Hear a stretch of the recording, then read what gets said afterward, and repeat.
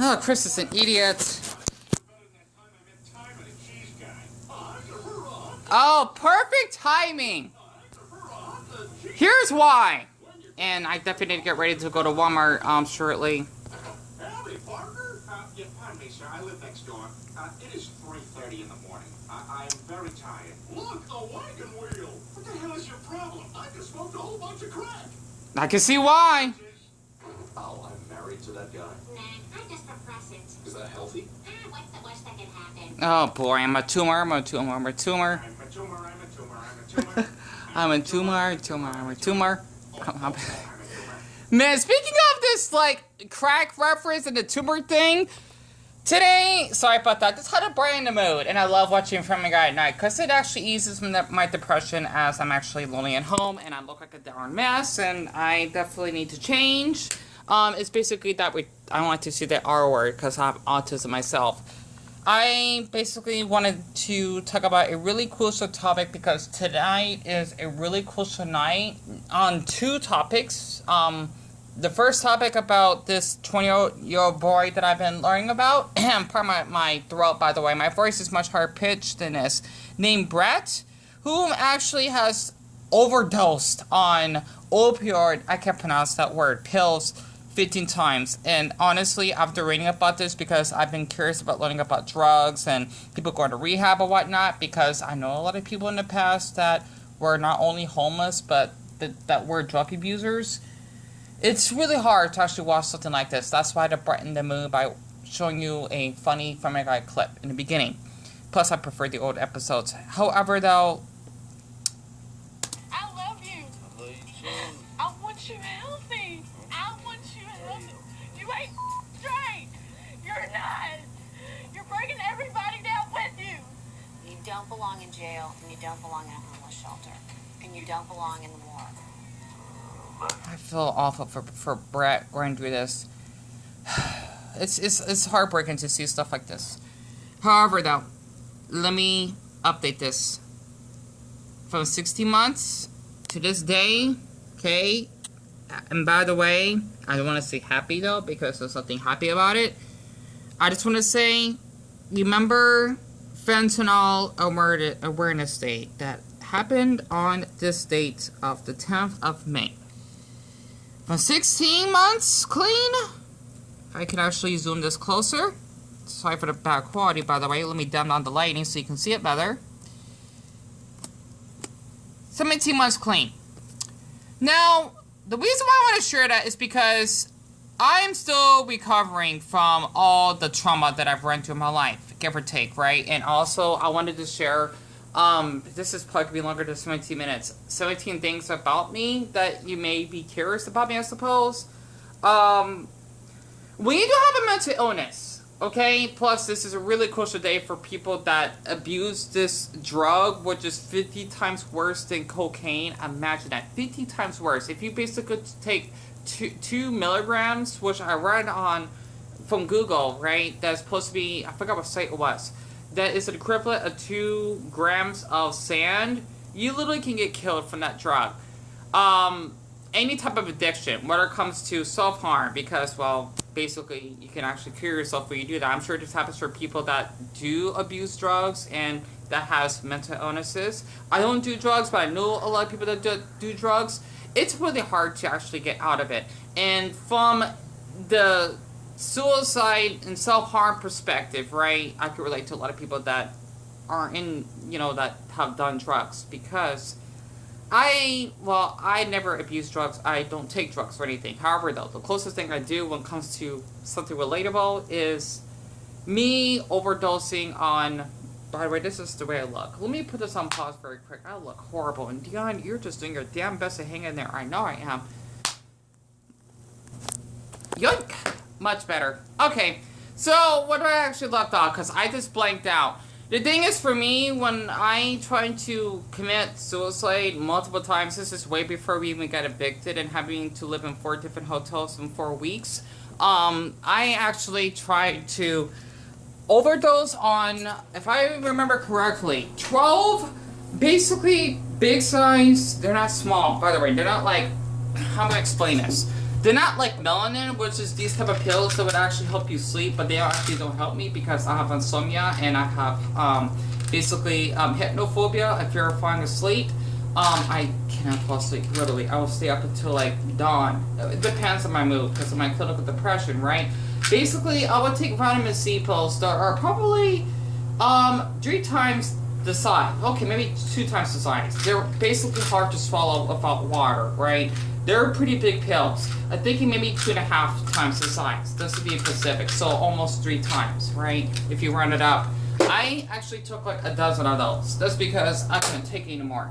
And when you actually go through so much abuse in your lifetime, such as being a victim of rape by your youngest cousin when he was 16 and you were 7, right? That's because he's underage, well, technically almost an adult age, doesn't mean that you can actually abuse someone that hasn't even hit puberty, that's technically a child. You're not a child, you're a teen that's actually going to be an adult, to actually being cyberbullied online, you know, just basically suffering with bipolar as well as social anxiety, you know, because I cannot stand being around people most of the time, let alone being autistic, and also basically having bipolar and other conditions, if I can actually say so for myself. And I want to make like a flag for this because it's hard when you basically know someone that has like a drug addiction. I don't have a drug addiction, like I said, and I comment on that video, by the way, about Brett. That's supposed to be that opioid documentary, and he's from Kentucky, by the way.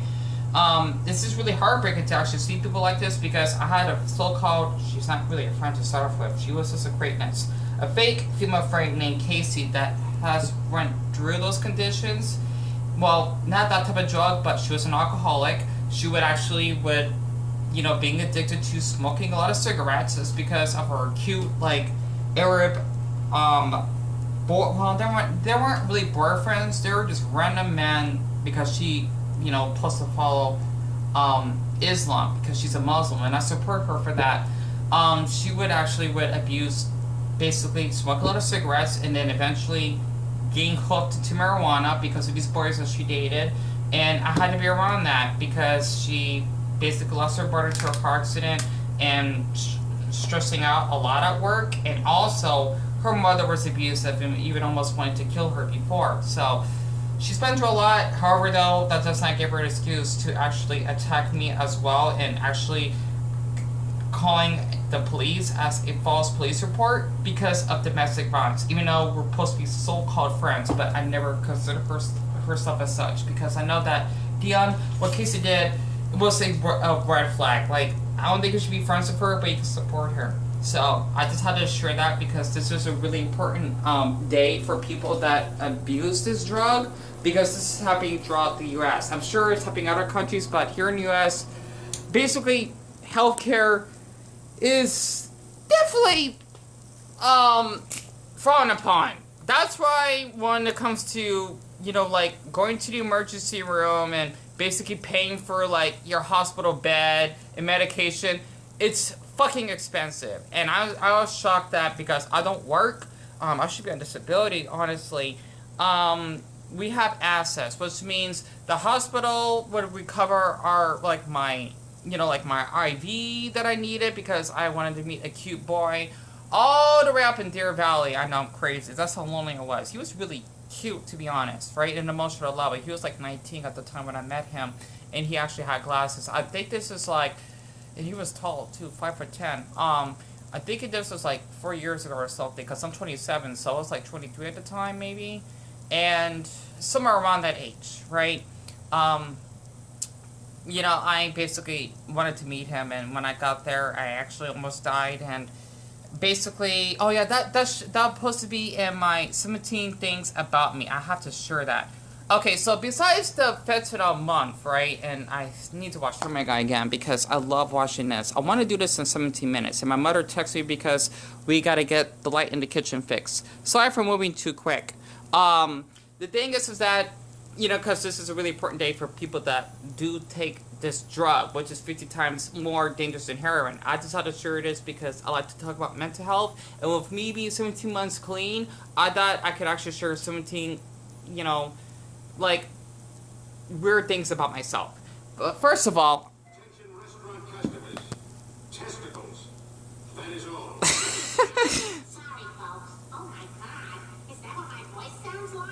It's so whiny and nasally. I love the way she says, ah! So I love that part when Peter actually basically gave Lois like second degree burns from that fire. Sorry about that. Fumigate actually would help my mood. Just to get into my list, because I apologize, my mind is all over the place. I just had to share this because I had to copy this from my notes. The first thing you need to know about me, and I just want to say this for anyone that knows someone that does do drugs or in rehab, feel free to put a crossing, like syringe emoji. Basically, you're against drugs, if I actually could say so for myself. The first thing that you should know about me is I'm area ace. So basically, for a person that's area ace, right, they don't like sex or better yet, romance, so to speak. And also, I got my asexual flag in the background. This actually make that simple, right? Because I also have been pressured to actually do sex with people, and I am surprised that this actually happens in parties and whatnot, because I actually looked this up because this is really getting serious. If you ever go to like a party or whatever, you definitely gotta be careful that if people actually put those type of stuff in your drink, they could kill you, because this is supposed to be 50 times worse than cocaine. I'm just so glad that I don't like sex, because basically for being ace, I am not interested in having sex with anyone. Nothing wrong with that for people that do like sex, because that's part of life, and not being the romantic type of person, which means I'd rather just having a platonic connection, at least an emotional level, with another boy, so to speak, right? I'm not attracted to girls whatsoever. And yes, us asexuals can be attractive, and I would consider myself as homo area ace. The second thing about me that you should know, I apologize, this is getting all over the place. I have a belly button fetish, so I don't like using that word, a navel fetish. The reason why I actually had this is because back when I was in, I don't know, like the 8th grade, I remembered I seen this really tall, like, Hispanic boy. I think he's Mexican. He had, like, tail or caramel skin, named Johnny, I think. He was really skinny. I remembered when we actually had to take, like, our reading class or something, right? I didn't like it because I was special ed at the time, and I used to get bullied a lot in the 7th to 8th grade. 8th grade is when really starts to get bad for me. I remember when we actually had to sit, like, in 4 groups in our table, because the girls are sitting across from us, and with me and Johnny. I remember just seeing him, like, stretching so far. His navel was, like, growing a deep shape. It was really dark. I was just, like, staring at it, or at least trying to, and my heart was, like, pounding and pounding and pounding. It's like he was growing, like, really tall, and I couldn't concentrate on the whole time when we actually had to do our school studies. I fell in love with him. He was really tall, like, really tall. I think that's why I like tall boys in the first place. Plus, I always been protected by my boyfriends, pun intended, right? Throughout high school, because I was really small. I was one of the smallest ones in the group. Something a little bit about me. The third thing about me, I definitely need like more time than I expected. When I traveled to Paris, my mother, she basically was a CNA at the time. No, not CNA. A nanny, because of how she would have to babysit my old best friend Joshua, because his mother, was wealthy at the time, and they would travel to a lot of countries. We basically took first class to actually go all the way in Paris, which is probably why I got into scarves in the first place. Plus, we actually do have Cajun French descent, at least, for me, thanks to my grandfather. Basically, we were there for 9 days, and I remembered I skipped, like, 3 school days. I felt awful, or 4 school days, but my teacher, she actually gave me, like, a huge packet of homework in advance, and I was able to catch up. I miss those days. It sucks a lot of kids, though. They probably won't be able to do something like that to this day, and I was able to actually catch up because, I tried to be like an intelligent boy at my age back then. I was privileged, but I didn't took granted for my education. The fourth thing is, I have a crush on Luffy from One Piece, which is why you're able to see my profile. Oh, I actually was using the other, I was using the Olaf VPN. That's why I actually have that profile of him, because I've been watching One Piece for quite a while, and I've always been interested in the anime. That's because Luffy is asexual like I am. at least from what I've heard, and it's quite obvious, right? And I used to have a Siberian Husky. I even have a picture of him. I only have like 2 pictures of him, named Elijah, that basically lived up to 6 or 7 years of age. I forgot how long he lived for. He basically died because he actually had an abdomen tumor, and we actually did our best to actually, you know, having the tumor not affecting his body, but we couldn't save him. And he was the strongest dog because he never bite, he would never bark, he never whined, because he knew that it's just for the best of us that he's going to pass. And basically, me and my mother's boyfriend, we just actually left the room, at least for me, so I want to see him being put down. The 6th thing, it's only been 16 minutes. I tried. It's fucking hard, right? Is my favorite country is Iceland. I don't know why. I'm thinking because I love the flag. I speak like 8 words of the language. It's just such a unique country. I love the name. I think I already said that already. And, you know, they're basically one of the gayest, friendliest countries on earth, so to speak. You know what? I might have to do like half of the list, which means I had to go up to like number 8 if I got that right. Because let's see, half of 18 is 9, right? Wait, half of 18 is 9, so I'll go up to 9 then. I have been to 2 mental hospitals. Mental health is definitely really bad in my state, like I mentioned earlier, because I could say this would be 17 minutes because the first couple minutes don't count.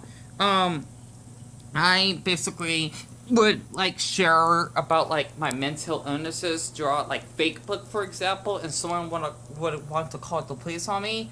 They didn't want to reach out to me. They just want to call the police because they thought that I'm crazy and that I would harm myself, obviously.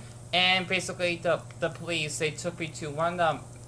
They're not good mental hospitals. The one I went to that I want to share, at least for this one, is Sun City. Let's just say that it's so bad that you're not able to actually get out and get in fresh air or exercise. They basically would leave the food out in the middle of the night, right? And like a bed. Well, okay, I did have my little room. However, though, it was cold, and I would actually hear the patients like screaming or whatnot. That's normal. And let's just say that they don't really keep you company. You know, they do keep an eye on you. Not to mention the floors are like hard floors. They should just make it like cushion, because for someone that has like a mental illness or schizophrenia or whatever, they usually just pound their heads on the floor and kill themselves or something. I don't know, right? That's just something I just want to share when it comes to mental hospitals. And this is only because I have depression, so to speak, not harming anyone whatsoever. And the last 2, I've been to the hospital twice, right? So not the mental hospitals, just actual hospitals. Besides the incident of that really cute tall boy with glasses that I want to meet up with, because he does the little alien yoga fetish that I like. I know that's disgusting, but you know what? Fetishes are healthy and normal as long as it doesn't basically interfere with someone's consent, or involving pedophilia or zoophilia, or hell, even dead bodies or something like that. Basically, the hospital that I would go to in Christown that we actually have here, because how am I gonna say this? That's the one that I mentioned when I go to Walmart. It is so bad there because I actually had to take care of a tall boy named Francis. I'm surprised he was older than me. I think he was like, he's told me his age. I think he was like my age. He said 26. I think he looks really young. I basically had to took him over there. And the reason why I didn't like the hospital is because he got mistreated by one of the nurses that would snatch his water because he's dehydrated. And also, like I mentioned before, the healthcare is so bad here. Literally, like across the street, the intersection, we would actually have to pay like half a grand just for him to actually go to the ER. And I even had it on camera. The apartment, they were really friendly. But I was upset that this is how it's like out here in the United States. This is the American law, so to speak. And as an American that is basically black and mixed, it's really awful that we're basically treated like this. And plus, we're Mexican border. So I know a lot about, at least a decent amount when it comes to drug cartels and whatnot. And I have a sibling that's half Mexican. So, yeah. That's why I love both countries. You know, I guess you could say I practice, I don't know. I don't want to say practice the Mexican culture, but I've been around it somewhat throughout my life, growing up. And the last thing I wanted to share, I have never been to the Grand Canyon. And I got a minute left. I can't believe it. It's been longer than 17 minutes. I tried. I have never been to the Grand Canyon. I have not. My mother and my older brother has, for example. But the thing is that I've never been. And a fun fact, because I really want to go, because I've only been to Flagstaff twice in my life, of course. I'll have to shut up later. This is all the change. This doesn't count, by the way. This is from groceries I spend on. You literally would find all, well, okay, not literally. I got lucky somehow. A little fun superstition I want to share. My battery's dying, by the way. You know, my phone is half dead. The thing is, since we're known as the copper state, you literally can get, like, rich by finding all these pennies on the ground, because this brown gold here, I found all of this at one night when I was walking back home. And I thought I could actually share that because we're known for that, so to speak. And other than that, this is basically 17 things about me, and I decided to share this because I'm surprised that this is like a really serious day for people that do take fentanyl, which is basically a drug way worse than cocaine. It kind of reminds me of that other drug that the Russians used in that war. But I'm still learning more about this stuff because mental health topics definitely interest me, and I watch a lot of documentaries. Other than that, thank you so much for watching, and beyond, you just do your best to hang in there. And I'm 17 days clean. I've cut out my wrist.